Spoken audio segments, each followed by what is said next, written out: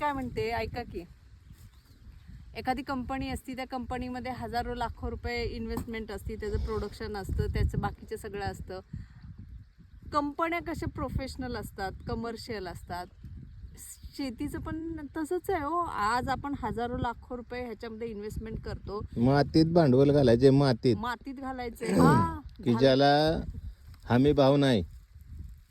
मग आणि नंतर पीक आल्यानंतर ती लोक बाजारभाव ठरवणार. आणि अशा सिच्युएशनमध्ये मला सांगा ना, हजारो लाखो रुपये इन्व्हेस्टमेंट करतो, हे माल आपण उत्पन्न घेतो त्याच्यातून, मग लोकांना फुकट का वाटायचं हे?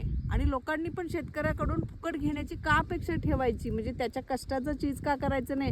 तुम्ही डॉक्टरकडे गेला फुकट असतं का? नाही. वकिलाकडे गेला फुकट असतं का? नाही. शाळेत गेला फुकट असतं का? नाही. मग शेतकऱ्याकडेच का फुकट पाहिजे? घरचे दारचे सगळ्यांनी अपेक्षा सोडून बंद करायला पाहिजे, असं माझं तर वैयक्तिक मत आहे. कारण हे लाखो रुपये घालून घेतलेलं उत्पन्न आहे.